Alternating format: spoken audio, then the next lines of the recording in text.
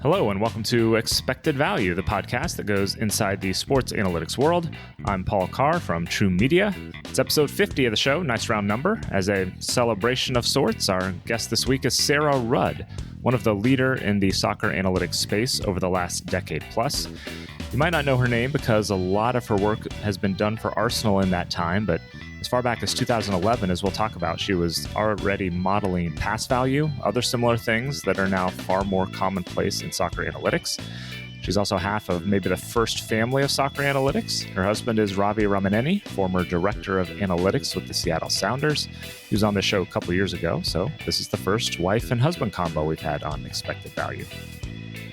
In this conversation, Sarah and I will talk about her academic background and early professional path before transitioning into soccer, the 2011 presentation that put her on the soccer analytics map, what she did at StatDNA, the company that was bought by Arsenal and used as their in-house analytics group, how the use and acceptance of analytics changed during her decade with Arsenal, bridging that stereotypical gap between scouting and analytics, working on the private side of soccer data, advantages and disadvantages of a club doing everything in-house, her new company Blue Crow Sports Group and what they're up to, how she and her husband Ravi watch games, and what she has done to track her excitement level during World Cup matches.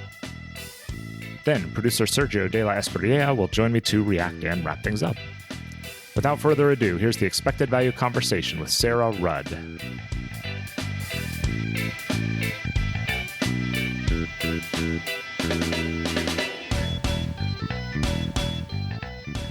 We're joined now on Expected Value by Sarah Rudd, Vice President of Blue Crow Sports Group. Sarah, welcome to the show. Since you've been a part of kind of the modern soccer analytics world over the last decade and a half, I want to trace your career kind of as a way of following the whole analytics space. So let me start back kind of at the beginning of for you professionally. What was your academic early professional path before you even got into sports?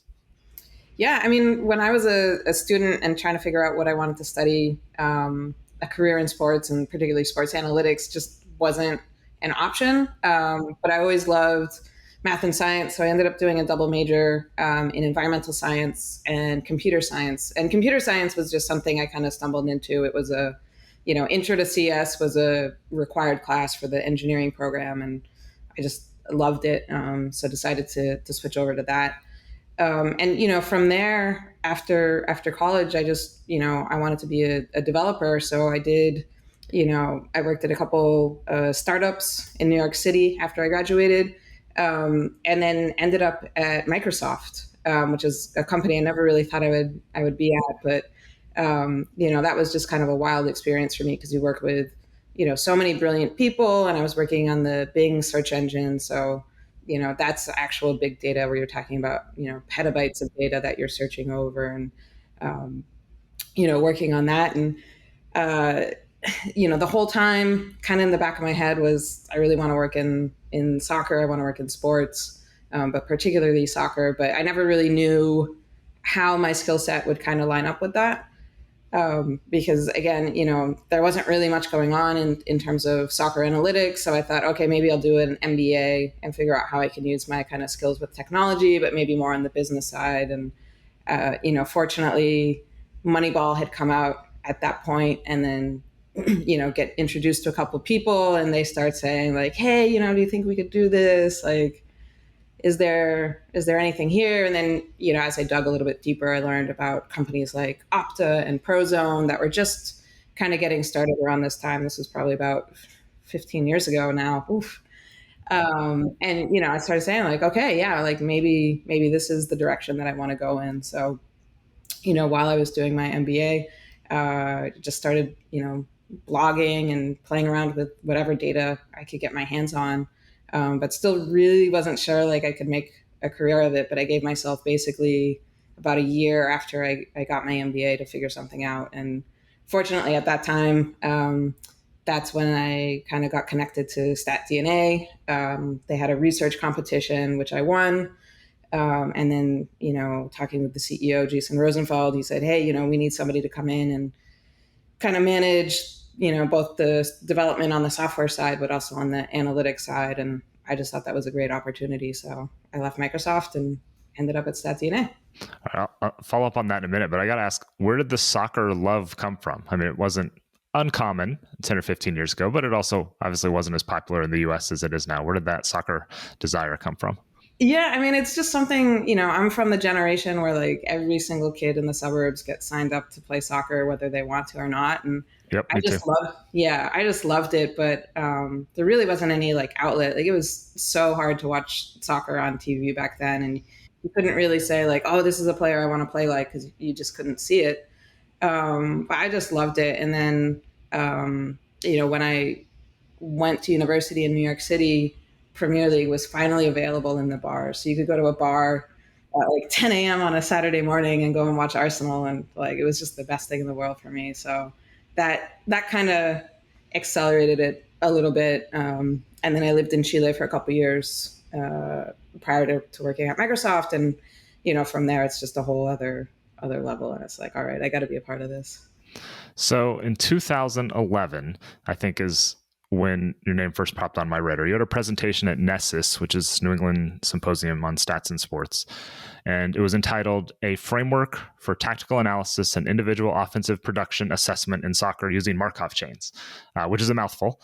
What does that mean? What was that project and that put you kind of on the map, so to speak? Yeah, I mean, so you can tell that like doing my MBA, I never really got the marketing side of things because that's a terrible name for what it was. But, it was, I guess, an early pass value model. So it was, more than just passing, but it was an early on-ball value model, trying to figure out, if a player has the ball, do they do something productive with it or do they do something detrimental to their team's ability to score a goal within the rest of that possession. So, since then there's been a whole bunch of other models similar to that. So some people call it expected threat, some people call it on-ball value, but it's very similar to those models.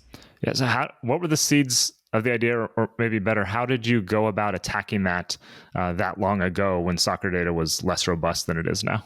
Yeah, I mean, so one thing I think people didn't realize at the time is that StatDNA was collecting a lot of really rich data. So, you could look at these events and there was a lot of nice context with them to kind of figure out, this situation is actually very distinct from that situation. It's not just they happen in the same part of the pitch, but, a lot of the defensive factors are going to be distinct between those two. So, I wanted to do something that took advantage of that. And just, at that time, Blackpool was in the Premier League, and that had actually been my great grandfather's club. So my dad is English, but he doesn't like football or he doesn't like soccer. But his grandfather did. So he was kind of like the last person in my direct lineage that liked football. So I said, okay, I'm going to pay attention to Blackpool this year. And they had a player called Charlie Adam, and he's a, midfielder. I think he ended up at Liverpool for a while and Stoke, but he just loved to take these outrageously shots from like 40 yards from goal. Yep. And, I'm looking at this and I'm just saying, like, surely there's got to be a way to measure, like, was this the right thing to do or not? And so that kind of put the seed in my head in terms of, like, evaluating situations and, is playing the ball forward here the right thing to do? Is playing the ball backwards the right thing to do? And so kind of thinking about it, I actually stumbled across a paper from the NFL by Keith Goldner, where he had used Markov chains to kind of evaluate the probability of scoring based on, down, yardage and where you are on the field. And I thought, okay, like maybe I can do something similar in soccer. And so that's kind of how it all came together. And so when you look at, you mentioned the similar models, expected threat, on-ball value, et cetera, that's out there now from different companies. How are we doing at evaluating, and use we like the royal we in the soccer analytics community? How are we doing at evaluating things like that, a decade plus later? Yeah, I mean, I think, without some of this defensive context, it's really difficult. But now with tracking data becoming pretty prevalent, particularly the stuff coming off of the broadcast video, that has all the context that you could really ask for, or just, a lot of it. So I think a lot of the models coming out now that are based off of tracking data are, amazing. There's really good stuff out there. Yeah. Just since you mentioned kind of the tracking off TV, computer vision, things like that, and I use computer vision to generally sum up anything that's pulling information off of a screen rather than in stadium stuff. What's your take on where computer vision is at, where it can be going, how it can be used moving forward? Yeah, I mean, it's pretty remarkable where it is. So like when I first started getting into soccer analytics, my friend Christopher Dove, who's actually kind of replaced me at Arsenal, he and I talked about using machine vision to get data off of broadcast video because we didn't have the money to pay for an Opta subscription and weren't sure they would work with us. And at the time, I mean, it was just completely not feasible. This is before the age of deep learning. This is before the age of, really cheap AWS instances. And, we thought about it and people were definitely trying to work on that type of problem, but it just wasn't feasible. So, fast forward 15 years later, and people are doing an amazing job with it where, you can actually get real information off of a video stream, which is, unbelievable. And it's changing the way that recruitment is happening because now you can have this really rich information, not just for within your own league, but for whatever league you're interested in. And you can start to do things like understand what are the physical demands in this league versus that league. And it's really amazing. But still once you have access to that data, you realize, okay, well, we're still just dealing with moving dots. I think one of the guys from Second Spectrum always calls it, the science of moving dots. So we're still in the science of moving dots, but next thing that's going to be coming is looking at, pose estimation and things like that. Like for sure, when you start talking about stats, particularly around defenders, it's like, well, how are their hips oriented? How do they approach the ball and things like that? And you can't really do that with where broadcast tracking is now, but I think we're not too far away from that. So take a step back now. So around 2012, you joined StatDNA, as you mentioned, soccer data company. And then shortly thereafter, that company was purchased by Arsenal, as I understand it, to basically be the in-house analytics group, we'll just call it. So without, unearthing state secrets or something, what did you generally do and your team generally do for StatDNA and Arsenal? Yeah, I mean, when we were first brought in, it was very heavily based on recruitment and sort of doing an independent performance review of the squad. Where's the squad relative to where they need to be for Champions League, winning a title and whatnot, and then kind of understanding, well, what positions, would we like to strengthen to achieve those objectives. And, part of the reason why it was structured that way was because we had been working with them for a year or two as sort of an external consultant. So there was only so much information they wanted us to have access to. Once we became an internal company, everyone was much more willing to share information with us. So all of a sudden it's working on, sports science, some stuff with medical, post-match screening of players for injury prevention, helping the performance analysis department with their pre-match and post-match reports. So understanding how is our opponent going to play, and then understanding how did we perform against our objectives in that match. And then lastly, we did a lot of work in the academy. So I think that's, a little bit unique for an in-house analytics department to work so closely with the academy, but that was, pretty rewarding work that we did there. Does the academy part, does that involve, to what you can say, does that involve like you're tracking their games, their practices, and trying to apply some of the same, statistical measures that you look at for the first team to the academy level and see how everything transfers? Is that the kind of thing that those top clubs are doing? Yeah, exactly. And, Arsenal has the ability to have, a performance analyst at each age level. So we're just, helping support them plus the coaching staff with all of the sort of individual development plans for players, and then understanding who needs to move up, who needs to stay, and then unfortunately who would get released. So you're with Arsenal StatDNA about a decade. How did the general acceptance of analytics and that culture change during your time with the club?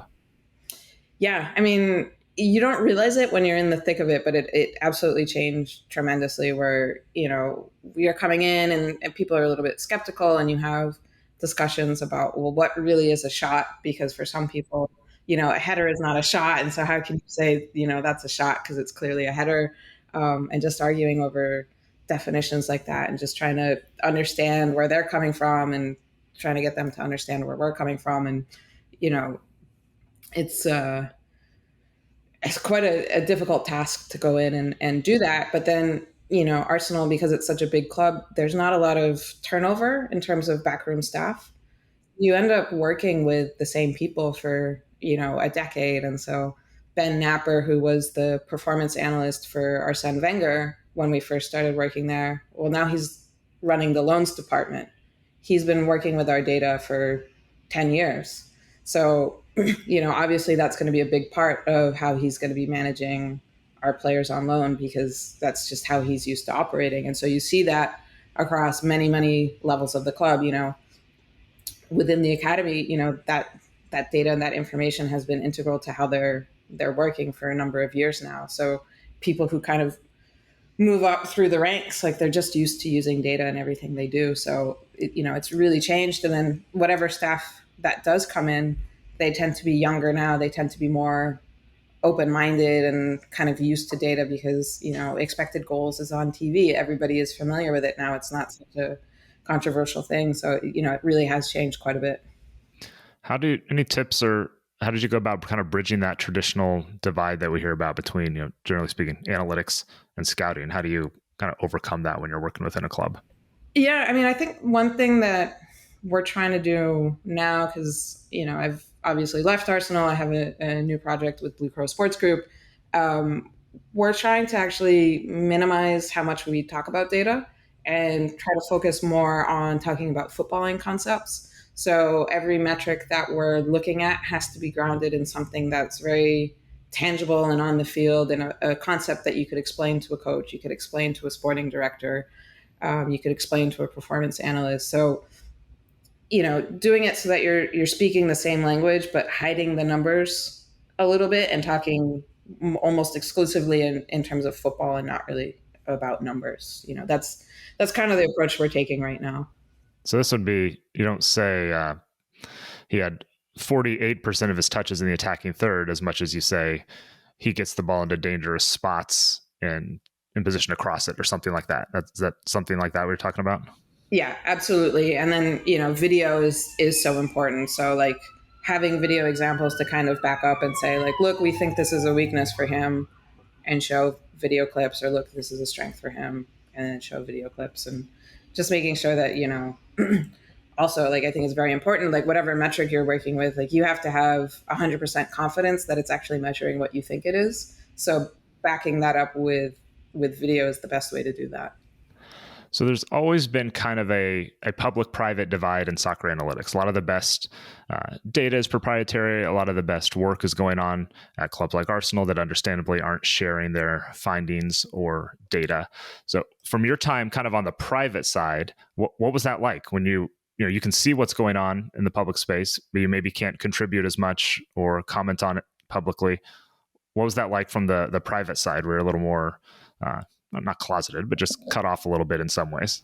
Yeah, I mean, it's a little bit frustrating, I think, because the narrative for so long was that football is in the dark ages. It's so far behind baseball and basketball. And, you're working inside a club and you just want to scream like, that's not true. Look at what we're doing. Yeah, exactly. And, and I think with Liverpool having such kind of, a great data science team and then so much on-field success, that narrative has changed.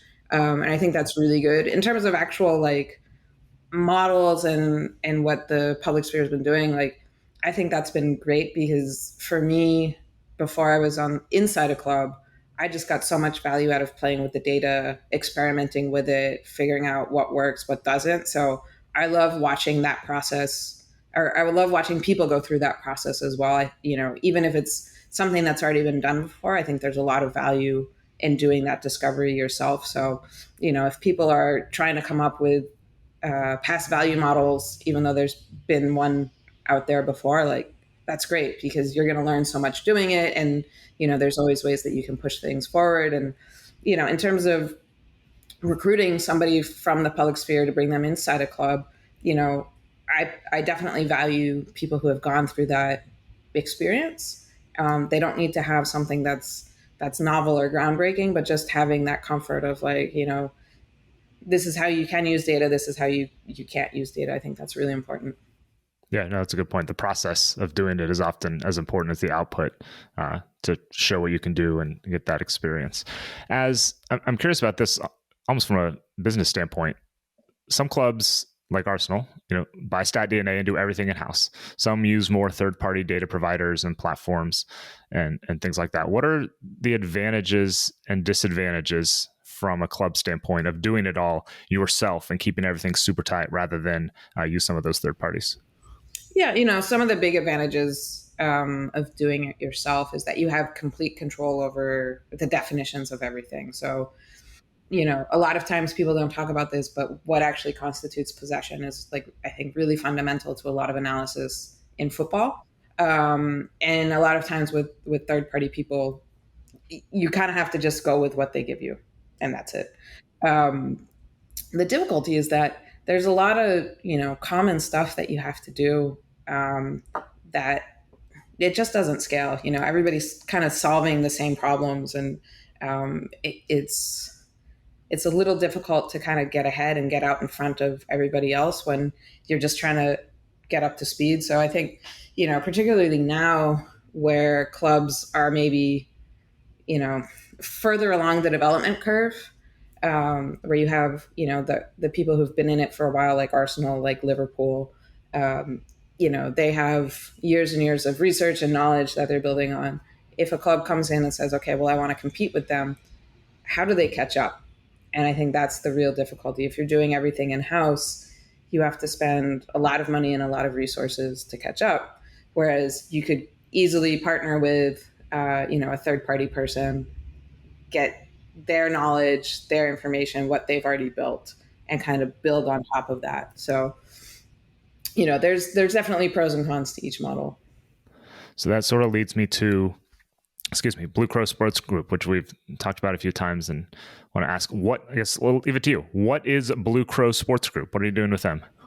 Yeah. So there's a lot of different kind of aspects to Blue Crow Sports Group. So I'll focus on kind of the two main ones right now.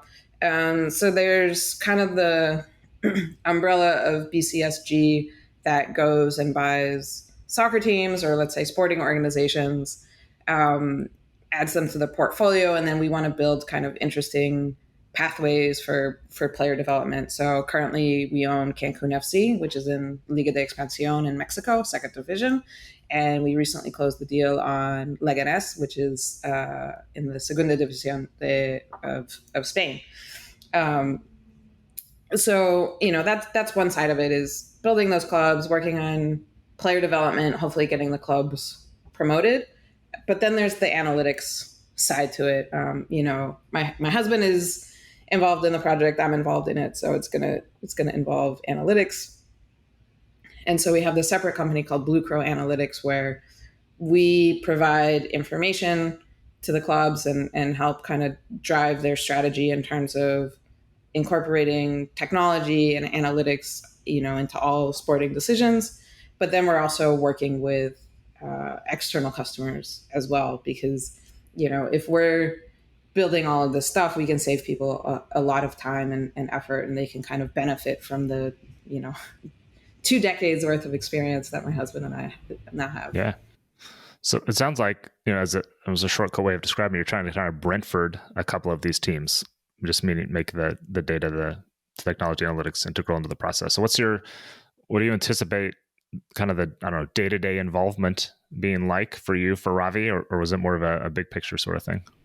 Yeah. I mean, right now we're just trying to get our feet under us a little bit. So it's hard to say what day-to-day is. I mean, right now it's kind of all hands on deck, because we have the summer window with Leganés that we need to make sure goes really well. And then we want to start rolling out some of our plans for kind of, I wouldn't say modernizing the club, but just pushing technology into the sporting side a little bit more and starting to work in different ways.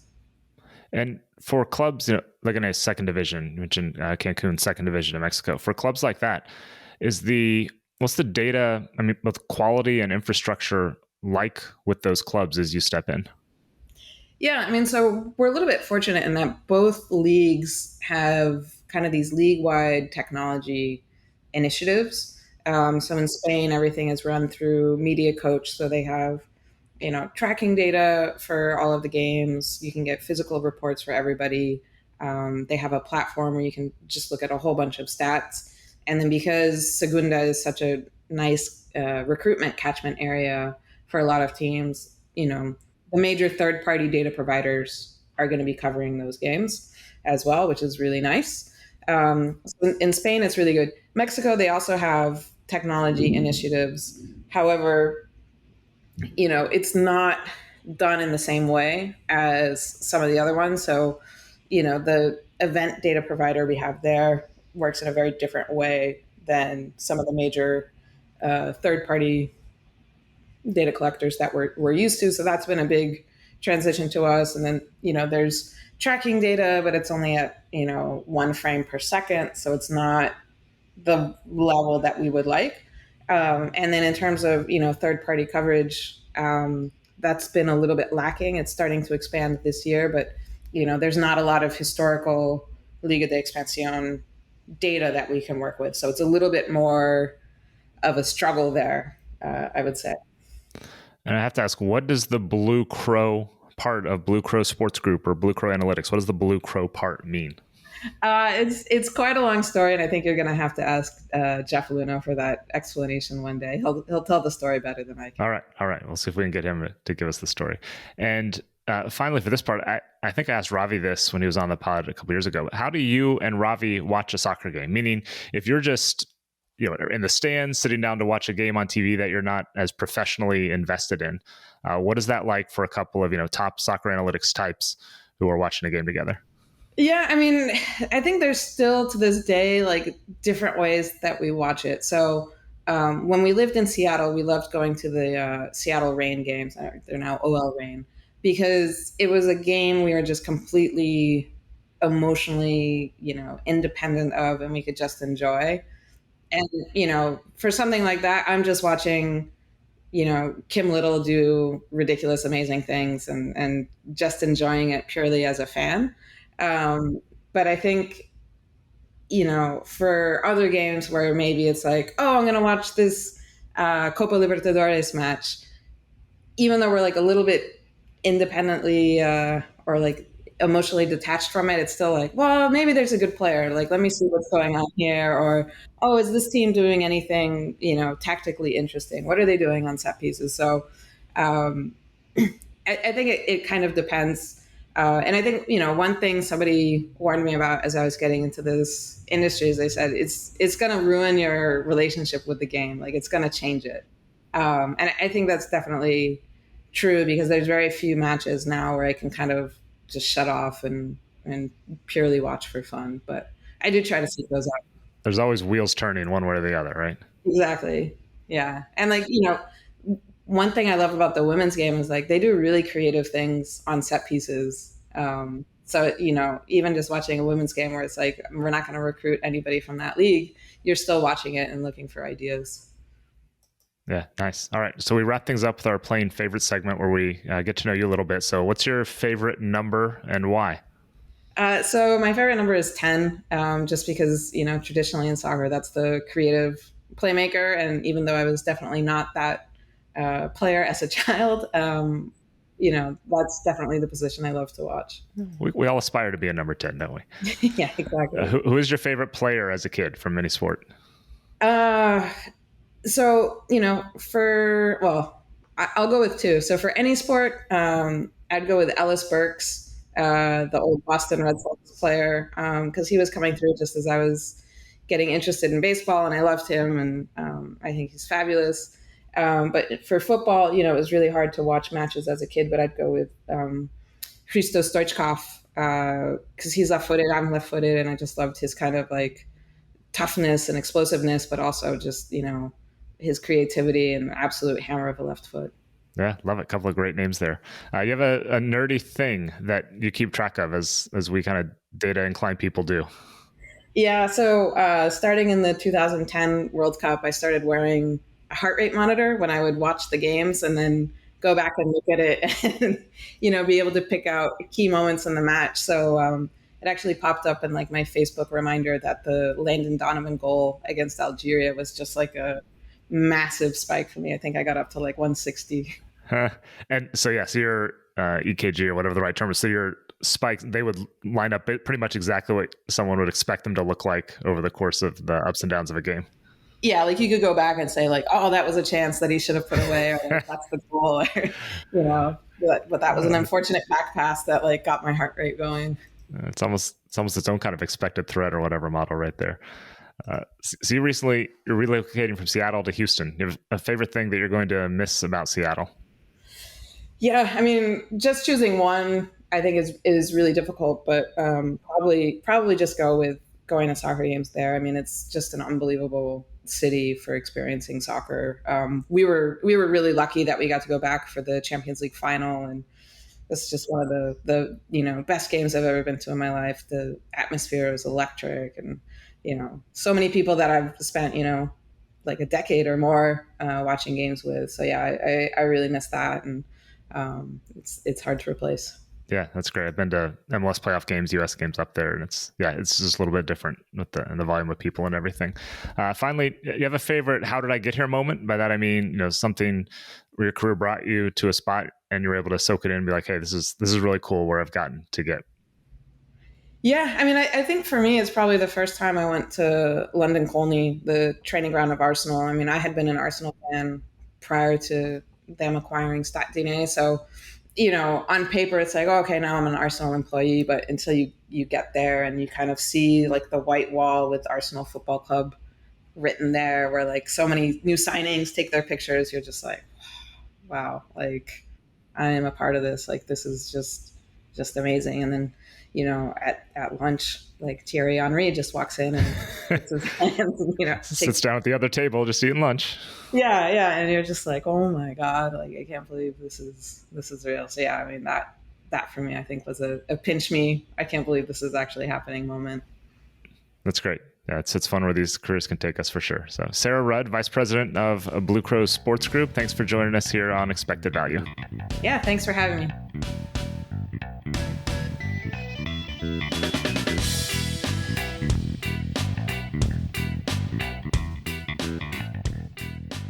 Back in the True Media studios, I'm Paul Carr. Thanks again to Sarah Rudd for chatting with me here on the show. You can follow her on Twitter at @srudd_OK, and check our show notes for a link to her 2011 presentation, a couple articles on her work with Arsenal, and Blue Crow's website. She says they'll have some job openings up there soon, if not already. Joined now by producer Sergio de la Espriella. Sergio, welcome back to the show. Thanks for your work as always. What did you take away from the talk with Sarah? What a story. Like, just usually I try to peek behind the curtain while you're doing these interviews. I listen and I kind of try to jot down a couple things that I want to talk about in this little debrief that we have. But this time I was just enthralled by the story. You go from academic to presenting stuff to then working for a data company. Then that data company gets bought by one of the biggest soccer brands in the world. And just the whole journey as to how now she's involved with a couple of second division clubs, one in Mexico and one in Spain, like she mentioned. I thought that was fantastic. And then I thought it was great to see, traditionally when you think of sports analytics, you primarily think of a male dominated field. And not only is Sarah, obviously Sarah's a woman and she's involved, but she's not just like involved in like a smaller level. She's at the top of the soccer analytics world. And it's great. It was great to see her, hear her story as to how she got to where she was. I thought that was great, and bold and brave of her to wear a heart rate monitor when she watches games, because as I told her when we wrapped up the interview off air, there's no way I could wear that during a US World Cup game, because the watch would probably call the ambulance for me, and they would call the ambulance for me by like the 60th minute. So I couldn't even get a full 90 in before the ambulance shows up for me. Yeah, Sarah's great. And as I've said, she's been at the top of the soccer analytics world about as long as there has been a soccer analytics world in the modern sense. Really one of the pioneers. I remember talking to her, I think it was at Sloan in 11 or 12, somewhere around then. And she had either a poster or a paper that was similar to Ernest's presentation. And at this point, expected goals, I'm not even sure they were a thing, or I don't know if I'd heard of them at least. And she's, writing about past value models. And I just remember that was so far kind of over my head at that point that I almost didn't understand. Like, obviously I knew what she's getting at, but just really great work that is still very relevant. Obviously models get better, data gets better and such over the last decade, but it's still kind of the same idea that we're trying to do. So yeah, I just enjoyed hearing her take on a lot of different things that are routine topics kind of in the sports analytics space, things about differences between public and private data, public and private kind of companies that are working for a club or not. So she's got a lot of good perspective. I really appreciated kind of all of that. What does she think of computer vision? How is that changing things? All the different things. So I really just appreciated picking her brain and tracing her story, because her story is kind of the soccer analytics story over the last 10 to 15 years. So I really appreciate her taking time to talk to us. Yeah, it's kind of like her career has grown with how soccer analytics have grown, which just speaks to a testament as to why she's, one of the top figures in the soccer analytics world. So kudos to her, and a great example for everyone. Yep. All right. Thanks, Sergio. One final big thanks to Sarah for joining us on the show. We have lots of other soccer guests in the archives, including, as mentioned, her husband, Ravi Ramineni, then the Sounders Director of Analytics, U.S. Men's National Team head coach Greg Berhalter, current DC United GM Lucy Rushton, and many more. We appreciate, as always, if you could subscribe, rate, even review the show on Spotify or Apple or anywhere you get podcasts, and sharing in any way is also appreciated. Social media, word of mouth, etc. Follow us on Twitter at True Media Sports, or email us with feedback or suggestions, expectedvalue@truemedianetworks.com. On behalf of producer Sergio De La Espriella and everyone else at True Media, I'm Paul Carr. Thank you for listening to Expected Value, the podcast that goes inside the sports analytics world.